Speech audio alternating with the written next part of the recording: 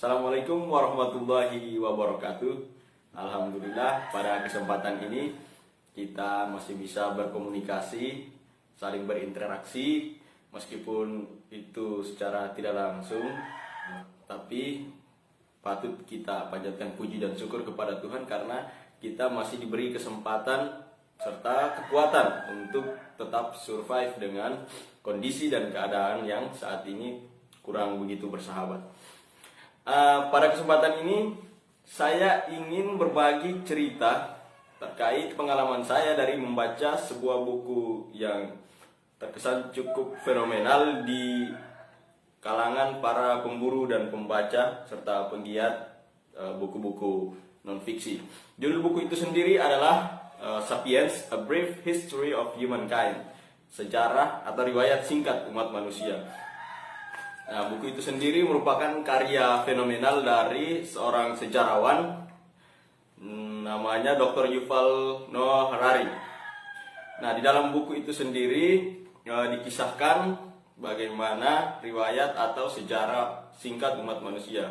Jadi pada judul buku itu kata sapiens itu merujuk pada term atau istilah spesies dari genus Homo atau genus man, manusia. Jadi sapiens itu merupakan salah satu jenis manusia yang merupakan bagian dari genus Homo. Artinya selain Homo sapiens atau jenis manusia yang hari ini menghuni muka bumi, itu ada jenis manusia lain seperti Homo erectus, kemudian Soloensis, Australopithecus, kemudian Neanderthals dan lain sebagainya. Nah, di situ pada subjudul buku itu ada kata brief. Yuval menekankan dalam buku itu bahwa yang dikisahkan dalam buku Sapiens itu menuturkan tentang sebagian atau sepersekian dari total sejarah umat manusia. Artinya yang dikisahkan di situ adalah sekitar 7,5% dari total keseluruhan sejarah umat manusia.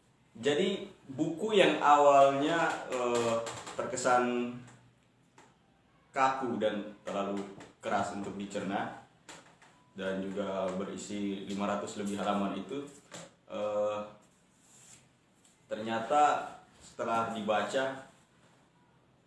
seperti kita sedang membaca novel atau menonton film Hollywood di televisi. Jadi Yuval membuat para pembaca itu seolah mencerna apa yang dia sampaikan itu dengan mengalir dan renyah untuk dipahami oleh setiap orang yang membaca buku itu. Nah, di dalam buku itu sendiri Yuval mencoba mengajak kita untuk menelaah dan mengeksplorasi bagaimana ilmu sejarah dan biologi mendefinisikan umat manusia dan membuka pemahaman kita tentang makna menjadi manusia. Oke, jadi di dalam buku itu Sapiens dipaparkan 3 revolusi besar yang mempengaruhi periodisasi manusia atau sapiens itu sendiri. Jadi puluhan ribu tahun yang lalu dikatakan di situ bahwa Homo sapiens telah mengalami sebuah revolusi yang membuat sapiens itu menjadi pintar dan mampu berbahasa dengan sangat baik dan rumit. Nah, revolusi itu juga dinamakan dengan cognitive revolution atau revolusi kognitif. Jadi di situ dikatakan bahwa manusia telah mengalami mutasi genetik dalam dirinya yang hal itu tidak dimiliki oleh hewan lain. Nah, dari perubahan itu cognitive revolution atau revolusi kognitif itu manusia mampu berbahasa dengan sangat baik dan menciptakan bahasa-bahasa yang rumit. Nah, tapi kenapa hal itu menjadi spesial dan menjadi pokok bahasan di buku ini? Sementara hewan-hewan lain juga mampu berbahasa dan berkomunikasi dengan sesamanya. Hewan lain juga punya bahasa dan mampu berbahasa dengan sesama jenisnya. Nah, di situ dikatakan bahwa bahasa manusia itu sangat terperinci dan detail. Jadi dengan bahasanya itu manusia mampu mengadakan bunyi dan tanda yang tadinya berjumlah terbatas itu menjadi kalimat-kalimat dan kata yang jumlahnya tidak terbatas. Nah, mungkin hewan-hewan lain juga punya kemampuan dan kemahiran berbahasa sejenisnya dengan sesamanya. Seperti seekor monyet yang kemudian memberi peringatan kepada kawanannya bahwa awas, di situ ada singa, atau awas, di situ ada hewan buas. Nah, beda halnya dengan manusia. Manusia mampu membahasakan itu secara detail dan sangat terperinci. Misalnya, awas, di belakang gunung itu ada 2 ekor singa. Setiap pagi mereka berjalan mencari mangsa melalui jalan seperti ini dan seperti ini. Kemudian untuk bisa selamat dari kedua ekor singa itu, kita harus lewat jalan di sebelah sini, atau kita bisa bersembunyi di balik gua di sebelah sini. Jadi sangat detail sekali cara manusia berkomunikasi atau berbahasa dengan sesamanya. Nah, itu juga menjadi salah satu faktor pendukung bagaimana manusia membangun kerjasama yang baik di antara sesamanya. Nah, kemudian dengan bahasa itu juga manusia mampu berimajinasi. Nah, dan imajinasi itu juga mendorong manusia untuk bekerja sama dengan sangat baik. Jadi dengan imajinasi itu manusia membuat mitos-mitos, manusia membuat semacam legenda, manusia membuat berbagai macam kepercayaan dan menciptakan hal-hal yang tadinya tidak ada, kemudian dia ada-adakan. Tapi dengan hal-hal seperti itu, dia mampu merangkul sesamanya, dia mampu saling merangkul dan mengkoordinasi semuanya secara itu tadi, kepercayaan. Jadi manusia bisa menyampaikan kepada sesamanya bahwa nenek moyang kita adalah dari serigala, atau nenek moyang kita itu dari rusa. Nah, dengan hal yang sama itu tadi, kemudian menyebar ke berbagai jenis manusia lain, dan itu menjadi salah satu tolak ukur atau menjadi prinsip dasar alasan kenapa mereka harus bekerja sama gitu. Jadi karena nenek moyang mereka itu sama-sama dari rusa atau dari singa. Nah, jadi dengan mitos-mitos seperti itu manusia bisa bekerja sama dan berkolaborasi dengan baik, bisa saling merangkul satu sama lain. Nah, kemudian dengan bahasa itu manusia juga bergosip atau bergunjing. Jadi manusia dengan bahasa telah membuat manusia punya kebiasaan bergosip atau bergunjing. Jadi sekelompok manusia atau sapiens setiap hari akan mengadakan pertemuan untuk duduk bergosip, duduk bergunjing, membicarakan orang lain dengan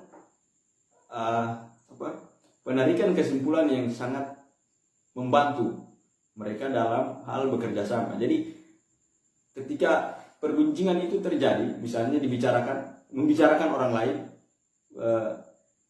di situ digunjingkan siapa yang kemarin mencuri, siapa yang kemarin tidak jujur, siapa yang tadi menipu. Nah, dengan informasi-informasi yang didapatkan dari gunjingan itu, dia mengambil bahan untuk membuat keputusan. Jadi dari hasil gunjingan itu dijadikan alat untuk membuat keputusan. Dia akan bekerja sama dengan siapa yang jujur, dan dia akan tidak bekerja sama dengan siapa yang tidak jujur atau siapa yang menipu. Jadi dengan gosip itu memang terkesan sangat lucu, tapi itu membantu dan menjadi faktor kenapa manusia atau sapiens itu bisa berkolaborasi dan bekerja sama dengan sangat baik sampai menaklukkan jenis sapiens, genus atau jenis manusia yang lain, homo yang lain. Nah,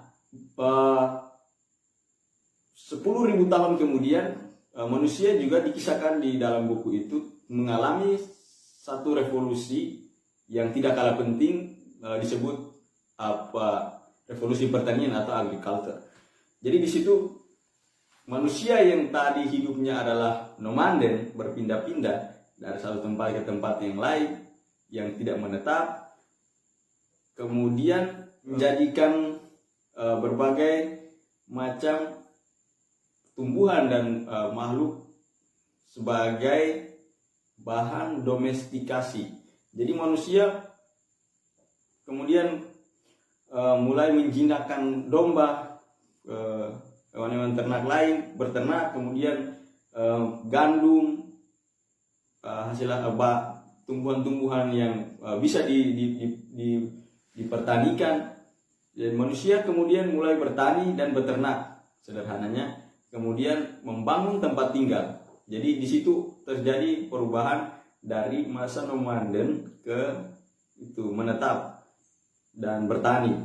Nah, jadi di situ Yuval coba menekankan di situ bahwa ternyata perpindahan itu dari nomaden ke bertani itu menyebabkan manusia atau sapiens itu bergantung dengan musim, kemudian bergantung dengan sumber daya yang ada. Jadi si sapiens yang tadinya bebas berkelana, mau makan apa saja bisa, dia hari ini bisa di sini, hari ini bisa di situ, hari ini dia makan ini, hari ini besok dia makan itu. Nah, ketika dia menetap dan bertani, dia bergantung dengan musim, dia bergantung dengan sumber daya yang ada. Dia tidak bisa kemana-mana, karena kalau dia kemana-mana, konsekuensinya adalah lahan pertaniannya diambil. Gitu. Kalau dia kemana-mana, konsekuensinya padi dan gandumnya dicuri oleh kelompok lain, ternaknya diambil. Akhirnya dia harus menetap dan dia harus cemas dengan semua yang ada, kemudian bergantung pada sumber daya. Dia akan membuat sekuritas, dia akan membuat rumah, dia akan membuat desa, kemudian dia akan membuat sistem di situ, di mana ketika desa sudah dipenuhi oleh banyak orang, ketika sudah ada pemukiman di situ, dia akan butuh keamanan. Kenapa? Karena di situ akan saling terjadi kekacauan di situ. Ketika kelompok yang lain coba mengganggu kelompok yang lain, ketika terjadi kekacauan di situ, dia butuh satu tatanan atau sistem keamanan di situ. Nah, disitulah terjadi yang namanya kepercayaan dalam berkelompok atau tatanan dalam berkelompok. Jadi mereka kemudian membangun aturan sendiri, membuat aturan sendiri. Di situ dia harus bayar orang yang tidak bertani, dia harus memberi kepercayaan kepada orang yang tidak bertani untuk menjaga hasil-hasil pertaniannya, lahannya, rumahnya, gitu. Nah, disitulah awal mula munculnya desa-desa. Kemudian dari desa-desa kecil menjadi desa-desa besar, kemudian menjadi kota-kota kecil menjadi kota-kota besar yang di backup oleh kerajaan-kerajaan. Nah, implikasinya pada kehidupan kita yang sekarang, yang menurut Yuval adalah bagaimana kita bergantung pada asuransi kesehatan, kemudian bagaimana kita bergantung pada keamanan, kita membayar pajak, kemudian negara memberikan pengayauan, pengamanan kepada kita, keamanan kepada kita melalui berbagai aparatur yang telah disediakan oleh negara. Kemudian kita juga cemas dengan masa depan, kita harus bayar asuransi. Jadi itu konsekuensi yang disebutkan oleh Yuval, bahwa itu konsekuensi yang terlanjur kita tanggung karena pilihan kita dari awal adalah memilih untuk menetap. Jadi konsekuensi dari revolusi pertanian, implikasi dari revolusi pertanian adalah kita yang hari ini harus cemas dengan berbagai hal. Kita harus membayar asuransi, kita harus membayar sekuritas, dan berbagai hal yang diakibatkan oleh revolusi pertanian. Jadi manusia menjadi sangat cemas karena dia harus bergantung pada sumber daya. Jadi di situ Yuval menekankan bahwa ternyata bukan manusia yang bukan tumbuhan-tumbuhan pertanian yang dijinakkan, bukan hewan-hewan pemeliharaan ternak yang dijinakkan. Justru malah terbalik, bahwa manusialah yang telah dijinakkan oleh jagung, manusialah yang telah dijinakkan oleh padi, beras, manusialah yang telah dijinakan oleh domba sapi. Kenapa? Karena kehidupan awal manusia sapiens tadi adalah pemburu pengumpul. Gitu. Ketika dia hidup bertani, ketika dia hidup beternak, maka Yuval mengatakan bahwa di situ dia telah dijinakan atau didomestikasi oleh tumbuhan dan hewan-hewan itu. Nah, karena pada awalnya kehidupan manusia atau sapiens adalah berburu dan mengumpul, dan ketika dia menetap ya konsekuensinya itu. Nah, kemudian ketika manusia sudah hidup seperti itu, hidup menetap, kemudian harus cemas dengan segala hal, dan dengan kerjasamanya itu dia menguasai berbagai belahan bumi, berbagai benua yang ada. Manusia sudah menguasai berbagai tempat di bumi. Ketika terjadi perdagangan atau perniagaan, apa tools kepercayaan yang dipegang bersama oleh kelompok-kelompok manusia itu? Nah, di situ Yuval memaparkan 3 hal yang menjadi alat pemersatu umat manusia. Jadi di situ ditaruh, di situ ada uang, kemudian ada imperialisasi, imperium, kemudian ada agama. Jadi di situ Yuval mengatakan bahwa uang adalah alat paling universal nomor 1 yang menyatukan berbagai macam umat manusia terlepas dari politik, agama ataupun budaya. Jadi Yuval mengatakan bahwa semua orang yang tidak saling mengenal di seluruh dunia ini akan bekerja sama dan saling percaya karena adanya logaman atau kertas uang yang diformalkan oleh pemerintah atau raja. Jadi siapapun di situ, 2 orang yang saling tidak mengenal satu sama lain, saling asing satu sama lain, ketika berbicara soal bisnis, berbicara soal uang, maka ada rasa kepercayaan di situ. Demi apa? Uang. Jadi mereka punya tujuan yang sama. Bisnis di situ adalah untuk memperoleh uang. Nah, jadi uang itu punya kekuatan yang sangat mutakhir untuk mempersatukan umat manusia. Jadi di situ dia menjadi bahasa yang memahamkan semua umat manusia ketika terjadi perdagangan atau perniagaan. Nah, di situ ada salah satu filsuf juga, saya lupa namanya, tapi dia pernah bilang bahwa semua agama itu akan sama saja di hadapan uang. Jadi dia mau agama apa saja, kalau dia sampai di Amerika ya dia pakai US dollar. Ketika dia sampai di Indonesia ya dia pakai, mau agama apa saja ya dia pakai rupiah. Dan uang itu bahan dasarnya adalah kepercayaan. Jadi uang itu dibuat dengan kepercayaan dan imajinasi menurut Yuval. Semua orang percaya bahwa ini adalah alat tukar atau nilai tukar yang sah. Semua orang yang menggunakan itu percaya bahwa ini adalah alat tukar atau nilai tukar yang sah, meskipun bahan bakunya adalah sama dengan kertas-kertas yang lain. Karena itu Yuval mengatakan bahwa uang merupakan benda yang bahan dasarnya adalah imajinasi dan kepercayaan. Dan di situ Yuval juga menekankan bahwa fiksi yang paling kuat di dunia adalah uang. Dengan uang orang bisa pindah negara, dengan uang orang bisa pindah agama. Dengan uang orang bisa menjual diri, dengan uang orang bisa membeli orang lain. Uang merupakan fiksi yang paling kuat di dunia. Dengan uang nasionalisme orang bisa goncang, dengan uang iman orang bisa goncang. Dengan uang segalanya bisa dibeli. Uang merupakan fiksi yang paling kuat di dunia, kata Yuval. Nah, selain uang, di situ Yuval juga mengatakan bahwa imperialisme merupakan hal yang tidak kalah penting dalam menyatukan umat manusia.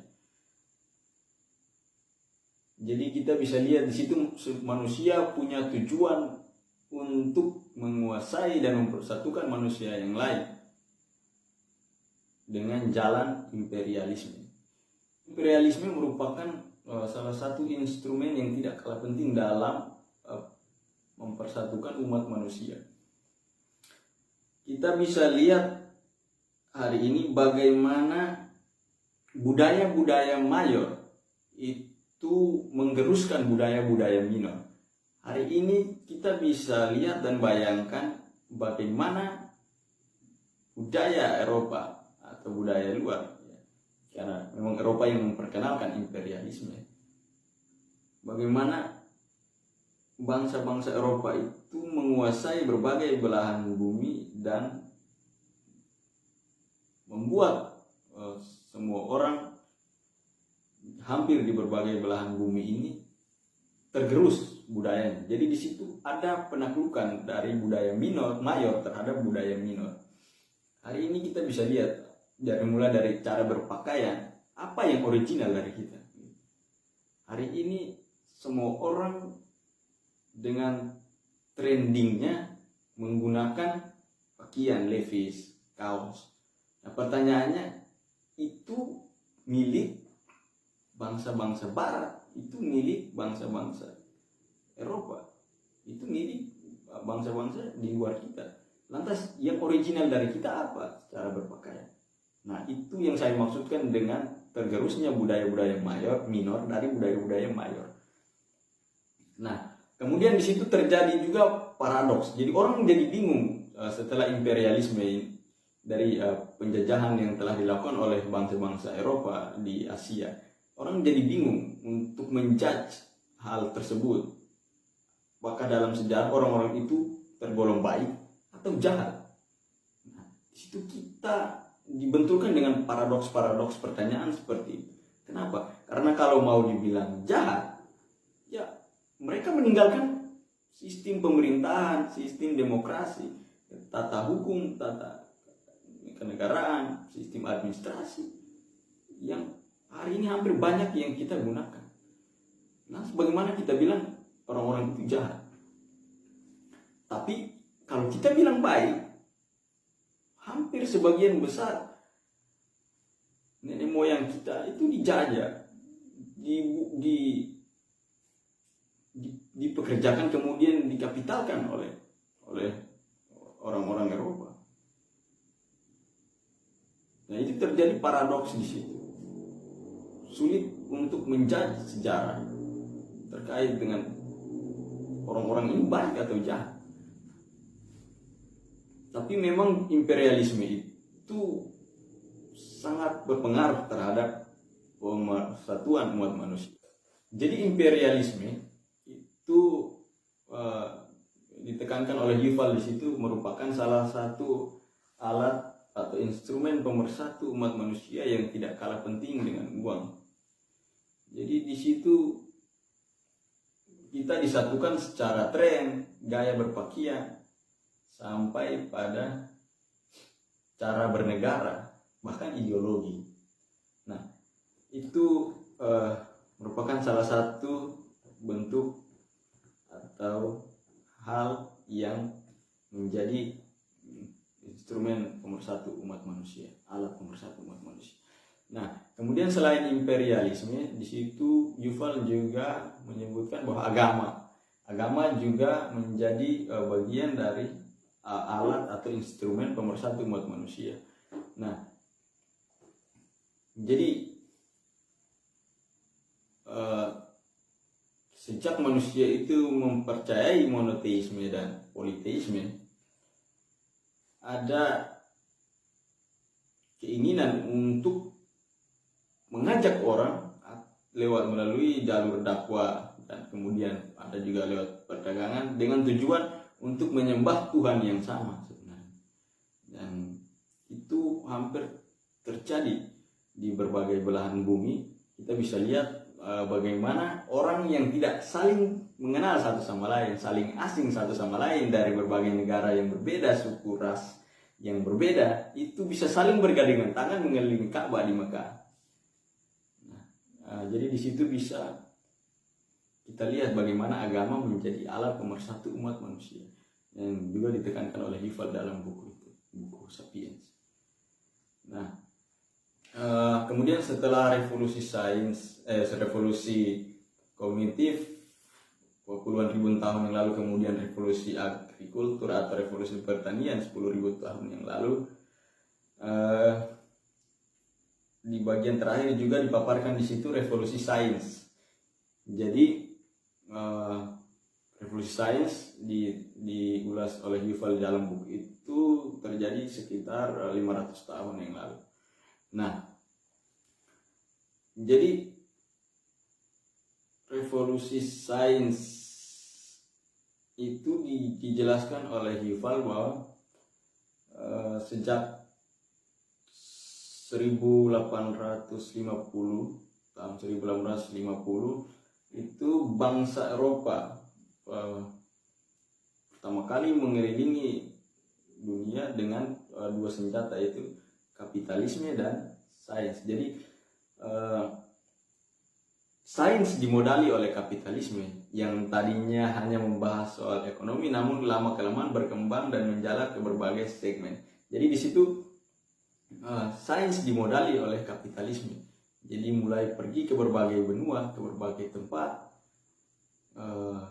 untuk mencari dan meneliti, kemudian menggarap sumber daya alam yang ada di sana.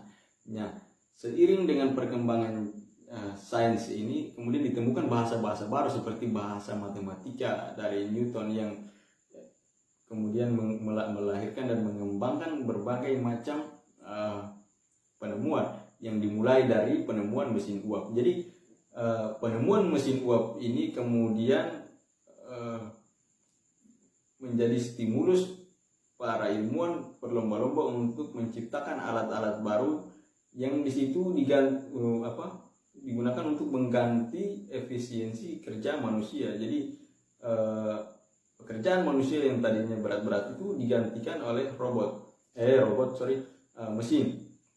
Nah, di situ ada momen yang kita kenal hari ini dengan revolusi industri. Nah, dari berbagai kemudahan dan kemajuan yang diperoleh manusia itu ternyata tidak hanya berdampak baik, tapi juga ada sisi tidak baiknya. Jadi di situ dari kemudahan manusia dalam melakukan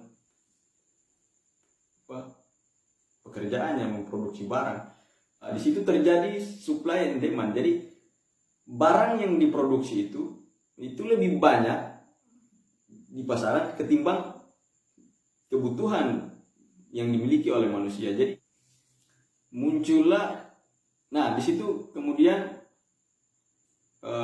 para produsen melakukan berbagai trik bagaimana supaya orang membeli barang-barang yang jumlahnya melampaui batas atau tingkat kebutuhan manusia. Nah, di situ terjadi yang namanya supply and demand. Jadi barang lebih banyak daripada kebutuhan pembeli.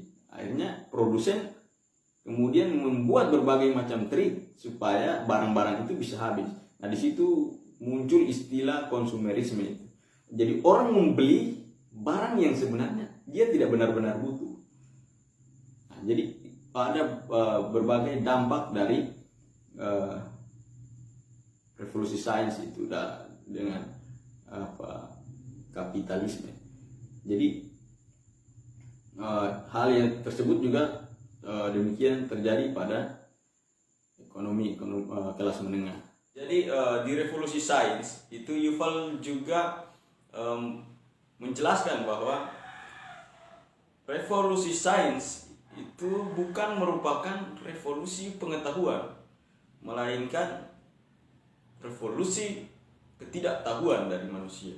Jadi semakin banyak yang manusia temukan, semakin banyak hal-hal luar biasa yang manusia peroleh sampai hari ini melalui berbagai ilmu pengetahuan dan teknologi. Ternyata Yuval mengatakan di situ bahwa manusia selalu tidak puas dan selalu mencari tahu apa sebenarnya yang dia cari. Artinya manusia tidak tahu apa yang dia cari di dunia ini. Nah, disitulah yang Yuval maksudkan bahwa revolusi sains itu merupakan revolusi ketidaktahuan manusia, bukan revolusi pengetahuan. Dan Yuval juga menekankan di situ bahwa manusia itu selalu menemukan berbagai alat dan teknologi yang canggih, tapi di satu sisi manusia juga merupakan subjek perusak atau sang penemu sekaligus yang tidak tahu menggunakan apa yang dia temukan. Jadi manusia itu banyak membuat alat, banyak membuat hal-hal canggih, tapi manusia sendiri juga tidak bisa menggunakan dengan baik. Manusia juga tidak mampu memakai apa yang dia temukan, alat yang dia peroleh sendiri. Kita bisa lihat berbagai hal-hal baru di dunia digitalisasi, berbagai kebaruan-kebaruan dalam digitalisasi alat dan teknologi atau aplikasi dan media lain sebagainya, itu lebih banyak disalahgunakan daripada fungsi dan penggunaannya yang sebenarnya. Dan Yuval juga menjelaskan di situ bahwa ternyata dampak lain dari revolusi sains itu adalah bagaimana meningkatnya penderitaan di bumi ini, baik itu manusia maupun makhluk lain yang berada di muka bumi. Bahkan Yuval di situ menegaskan ternyata manusia itu juga selain merupakan makhluk yang paling dikdaya di bumi ini, ternyata dia juga menjadi Tuhan yang menciptakan neraka bagi hewan-hewan lain, bagi makhluk-makhluk lain yang ada di bumi ini. Jadi kita bisa lihat sendiri bagaimana semakin majunya kehidupan manusia, semakin canggihnya kehidupan manusia, kemudian kita bandingkan dengan kondisi alam hari ini dengan beribu-ribu tahun yang lalu atau berabad-abad yang lalu. Jadi di situ Yuval menekankan bahwa ternyata manusia itu sejak 70.000 tahun yang lalu sudah terburu-buru untuk naik ke puncak ekosistem tertinggi. Jadi berbeda dengan paus, hewan-hewan buas lainnya, atau singa, ya, yang dengan perlahan atau tahap tertentu untuk naik ke puncak ekosistem dengan menekankan pada keseimbangan alam. Jadi ketika singa itu semakin buas, maka rusa dan antilop itu juga akan semakin cepat berlari. Jadi di situ ada keseimbangan ketika dia naik ke puncak ekosistem. Nah, berbeda halnya dengan manusia yang ketika terburu-buru naik ke puncak ekosistem, di situ kondisi alam belum siap untuk menyeimbangi kemajuan manusia ini atau naiknya manusia ke puncak ekosistem ini. Maka Yuval mengatakan bahwa manusia dengan berbagai kemajuannya, dengan berbagai perolehannya, telah menciptakan neraka bagi dirinya sendiri maupun makhluk lain yang ada di bumi ini. Jadi silakan teman-teman lihat bagaimana kondisi alam kita, kondisi bumi kita mulai dari 500 tahun yang lalu sejak revolusi sains sampai hari ini. Nah, kemudian di bagian terakhir Yuval juga